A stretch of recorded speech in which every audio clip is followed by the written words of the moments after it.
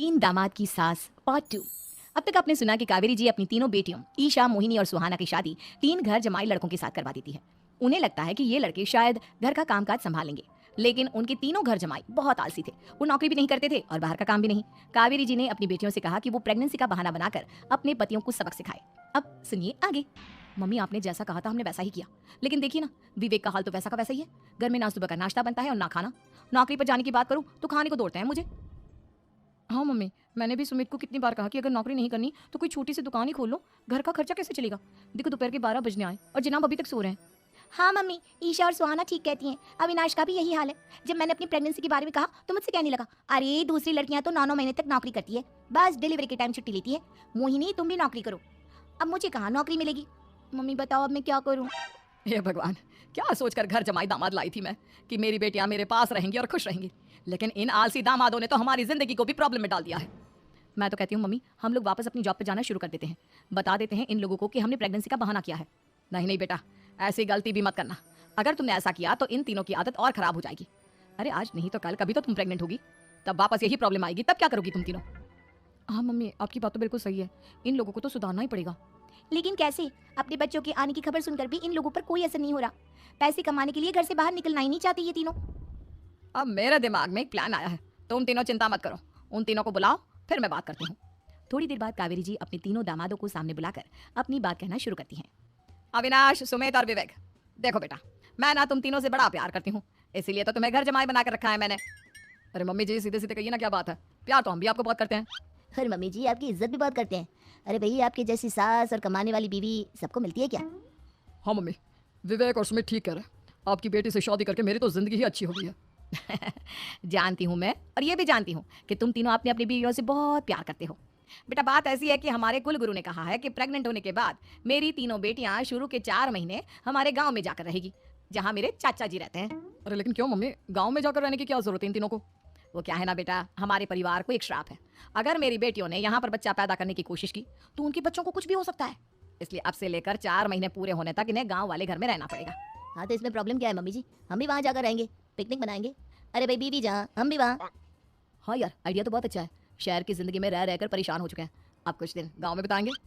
तुम लोग समझने की कोशिश क्यों नहीं करते? तुम में से कोई भी वहां नहीं जा सकता, और मैं यहाँ रहूंगी ना तुम तीनों के साथ। 4 महीने की तो बात है, उसके बाद ये तीनों ही लौट कर आ जाएंगी। ठीक है मम्मी जी, अब हमारे बच्चों का सवाल है तो ये तो करना ही पड़ेगा। कावेरी अपनी तीनों बेटियों को कुछ दिन के लिए घर से बाहर कहीं दूसरे शहर में रहने के लिए भेज देती है। कुछ दिनों के बाद, अरे मम्मी जी, बहुत दिन से पिज्जा नहीं खाया, मंगवाइए ना। क्या बताऊं बेटा, पहले तो बेटियां खर्चा दे देती थी क्योंकि उनकी नौकरी थी, लेकिन अब तो मेरे पास पैसे ही नहीं बचे। थोड़े बहुत पैसे हैं जो बच्चों की डिलीवरी में काम आएंगे। लेकिन मम्मी जी, आपकी बेटियों को वापस आने में तो अभी बहुत वक्त बाकी है। वही सोच सोच कर परेशान हो रही हूँ। सोच रही हूँ कल से दूध भी बंद करवा देती हूँ। अब दूध वाले को देने के लिए पैसे भी तो नहीं है ना। अरे नहीं नहीं मम्मी जी, अगर दूध भी बंद करवा दोगी तो मुझे चाय कहाँ से मिलेगी? और चाय के बिना मैं तो मर ही जाऊंगा। क्या करूं बेटा, इसके अलावा हमारे पास कोई ऑप्शन नहीं है। मेरे पास पैसे ही नहीं बचे। इस तरह कावेरी जी धीरे धीरे अपने तीनों दामादों को पैसे देना बंद कर देती हैं और घर में खाने पीने की चीजें लाना भी बंद कर देती है। अब वो तीनों बुरी तरह से परेशान होने लगे थे, और इसलिए एक दिन तीनों प्लान करके घर से बाहर निकलते हैं। और बाजार में जाने के बाद, यार अच्छा खाना खाए हुए कितने दिन हो गए, पता नहीं कब अच्छा खाना मिलेगा। हमारी बीवियों के जाने के बाद तो हमारी हालत भिखारियों जैसी हो गई है यार।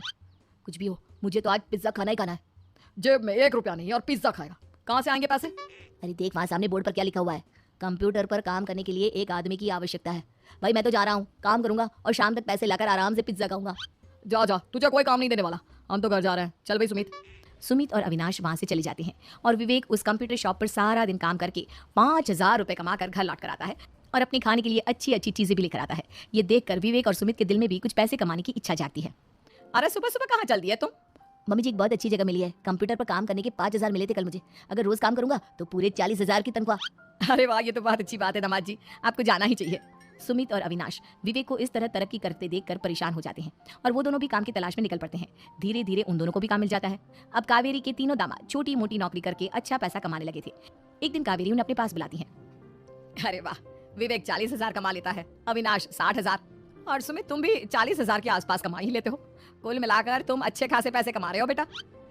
हाँ मम्मी जी, बहुत मजा आता है जब महीने के एंड में मोटी रकम हाथ में आती है। पूछिए मत मम्मी जी, घर में रहकर रोटी बना बनाकर और तो जैसा महसूस होने लगा था मुझे तो। हाँ बेटा, तुम तीनों की बात तो बिल्कुल ठीक है। और जानते हो, अब तुम तीनों की पत्नियां भी वापस लौट कर आने वाली है।